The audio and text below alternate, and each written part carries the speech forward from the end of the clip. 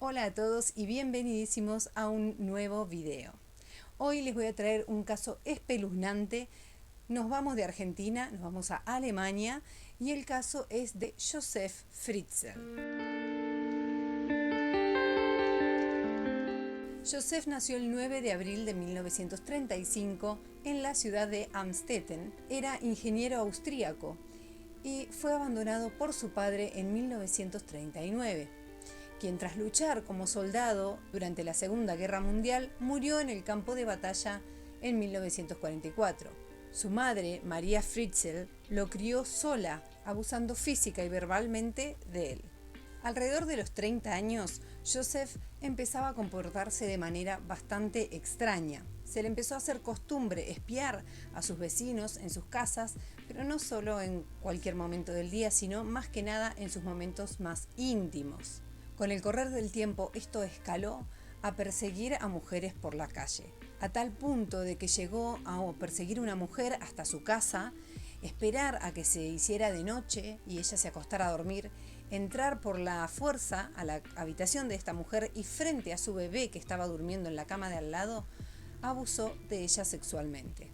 Por este delito pasó 1 año y medio en prisión y cuando recuperó su libertad, Rosemary, la que era su novia antes del hecho, le perdonó todo y volvió con él como si nada hubiera pasado.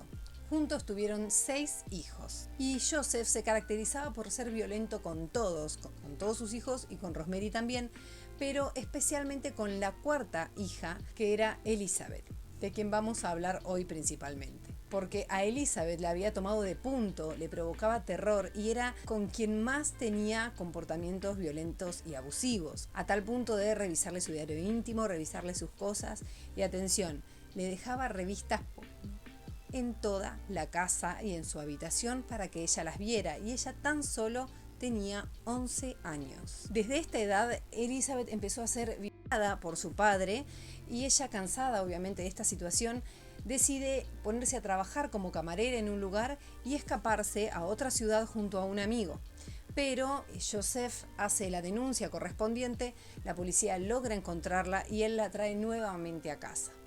Lo que yo no entiendo es cómo en una situación como esta la policía o los investigadores no se preguntaron por qué la chica había decidido escaparse, no investigaron nada, sino simplemente se la devolvieron a su padre y ya.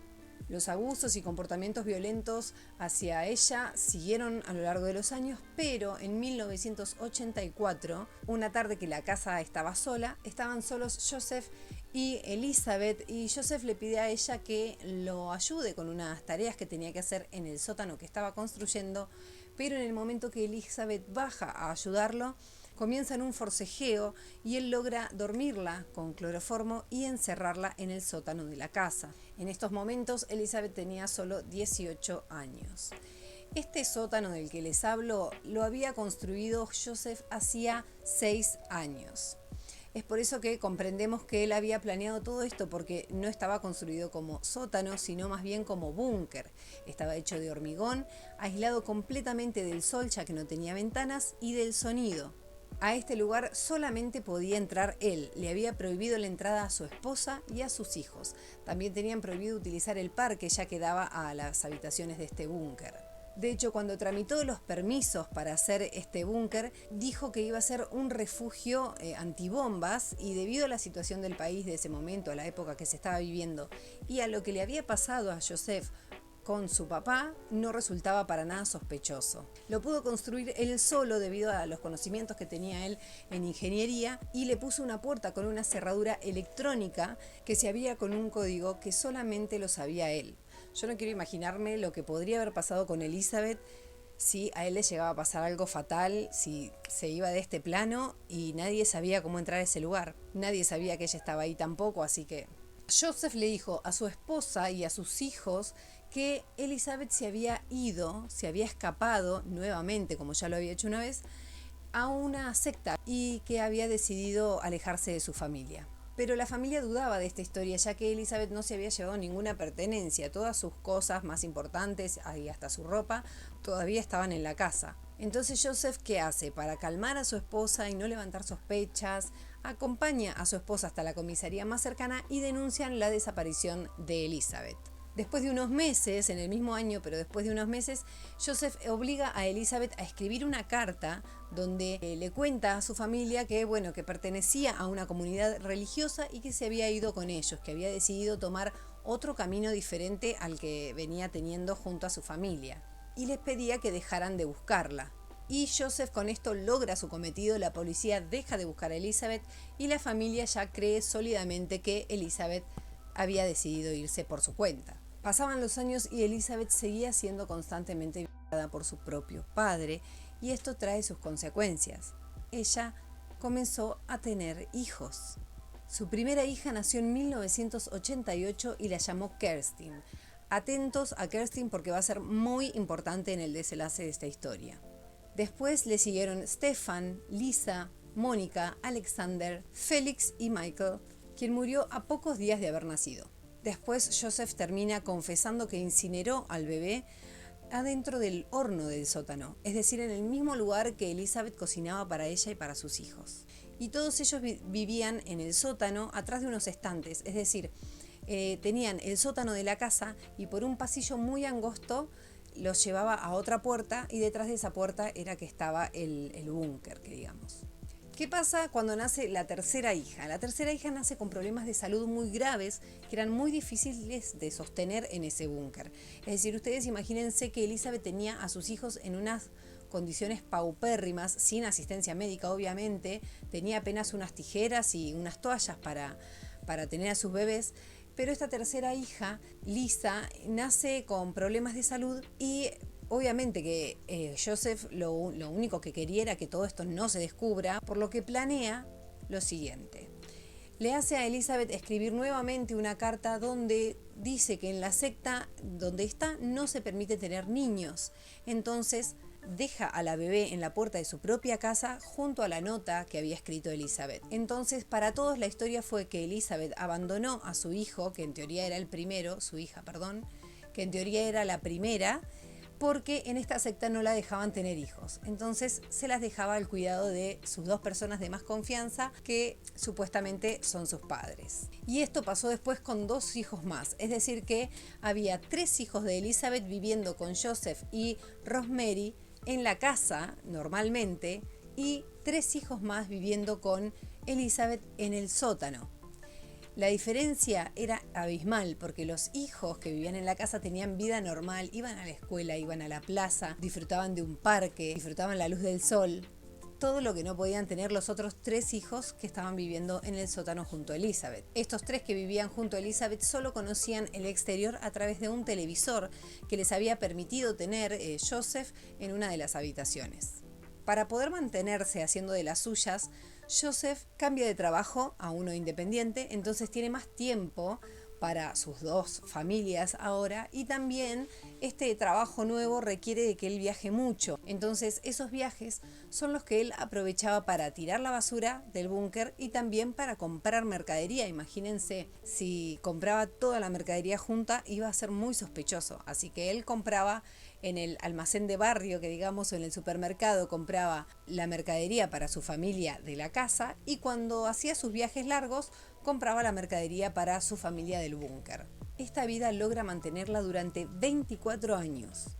Imagínense que durante 24 años ni Elizabeth ni sus hijos conocieron la luz del sol, lo que provocó una baja importante en sus sistemas inmunológicos. Elizabeth de hecho había envejecido muy rápido, parecía de muchos más años de los que tenía. Y esto también por supuesto que afectaba el crecimiento de los niños, no solamente por no ver la luz del sol, sino por no tener contacto social, por más que su madre hacía el mayor esfuerzo para que ellos tuvieran todos los conocimientos posibles sobre el mundo exterior, obviamente que el crecimiento no era normal. Y por fin llega el 19 de abril del 2008. Este día Kerstin, ¿se acuerdan? Su primera hija que les comenté que era muy importante en este caso, se enferma gravemente y a Joseph no le queda otra que llevarla al hospital. Pero ¿qué pasa? Cuando los médicos empiezan a indagar y empiezan a pedirle los papeles a Joseph, se dan cuenta de que no existe ni un papel ni nada que certifique que esa chica existía.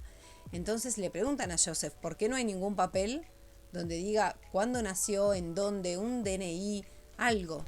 Joseph, ¿qué les dice? Les cuenta la historia de la tercera hija, pero trasladada a Kristen. Es decir, les dice que Elizabeth se había escapado y que les había dejado a Kristen abandonada en la puerta de la casa.